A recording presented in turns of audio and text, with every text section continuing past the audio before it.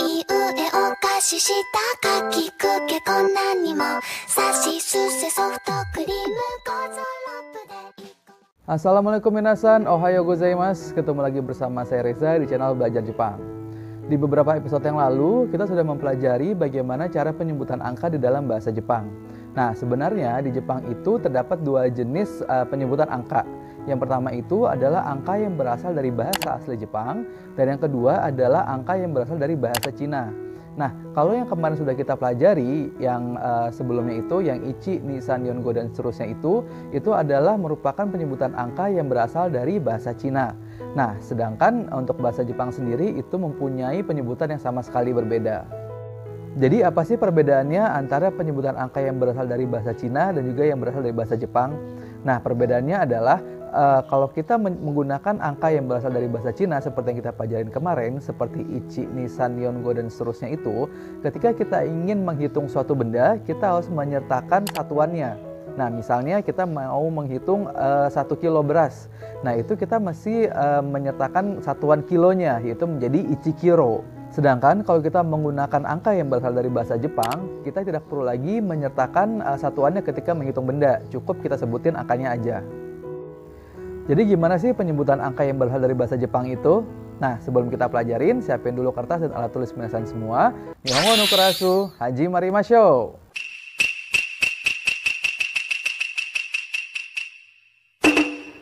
Jadi untuk penyebutan angka yang berasal dari bahasa Jepang ini sangat berbeda ya sama yang kita pelajarin kemarin.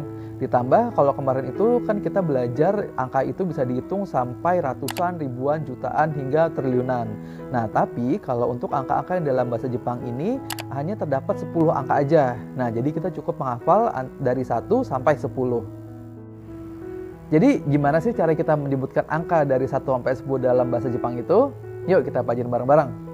Yang pertama, 1 itu adalah hitotsu, 2 futatsu, 3 mitsu, 4 yotsu, 5 itsusu, 6 mutsu, 7 nanatsu, 8 yatsu, 9 kokonotsu, dan 10 to.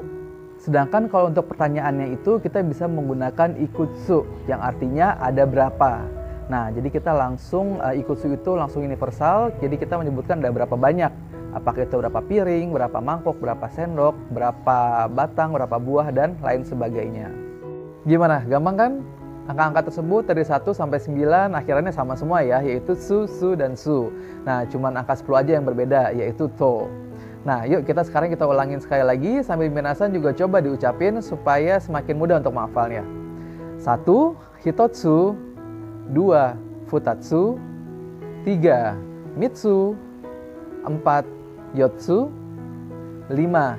Itsusu, 6. Mutsu, 7. Nanatsu, 8. Yatsu, 9. Kokonotsu, dan 10. To. Gampang kan?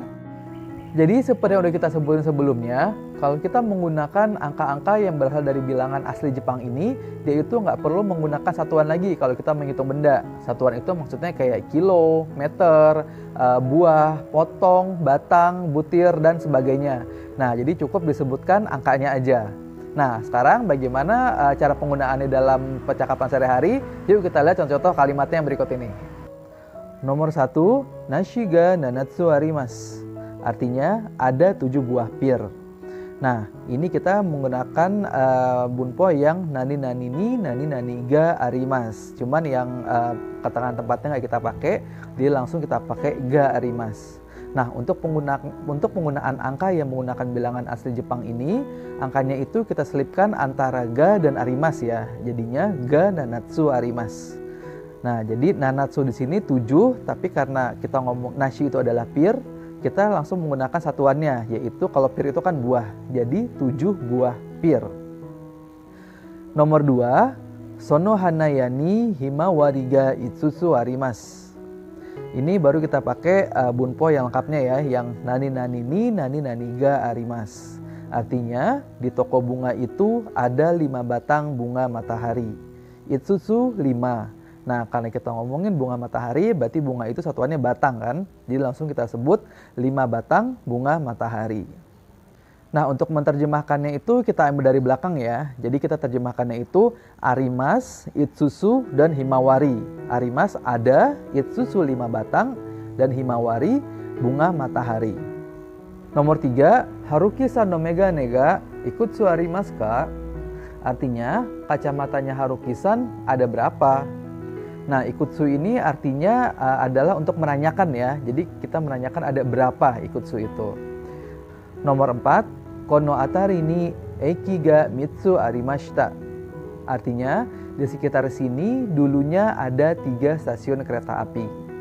Nah, ini kita pakai sama bunpone yang nani nani ni nani nani ga arimas. Nah, jadi kita pakai arimashita berarti sudah lewat, berarti dulunya ada 3 stasiun. Nah, sekarang mungkin karena stasiunnya ditutup, jadi mungkin tinggal 2 atau tinggal 1.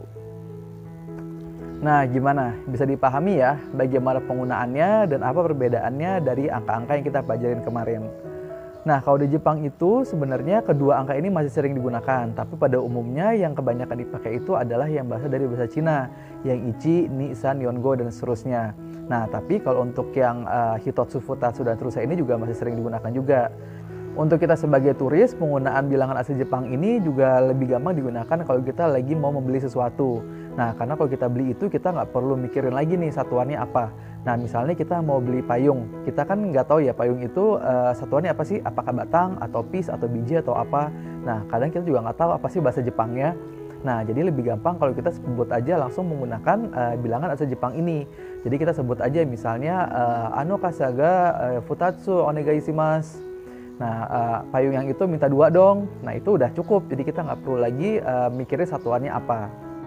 Oke, sekian materi kita hari ini. Semoga apa yang kita pelajari hari ini bermanfaat dan bisa membantu minasan semua yang sedang belajar bahasa Jepang. Nah, kalau misalnya ada pertanyaan, kritik, atau saran, langsung tulis saja di kolom komentar. Dan kalau misalnya video ini bermanfaat, jangan lupa di-share dan di-like dan juga di-subscribe untuk minasan yang belum subscribe. Kita ketemu lagi di video yang berikutnya. Wassalamualaikum warahmatullahi wabarakatuh. Mata Reishu.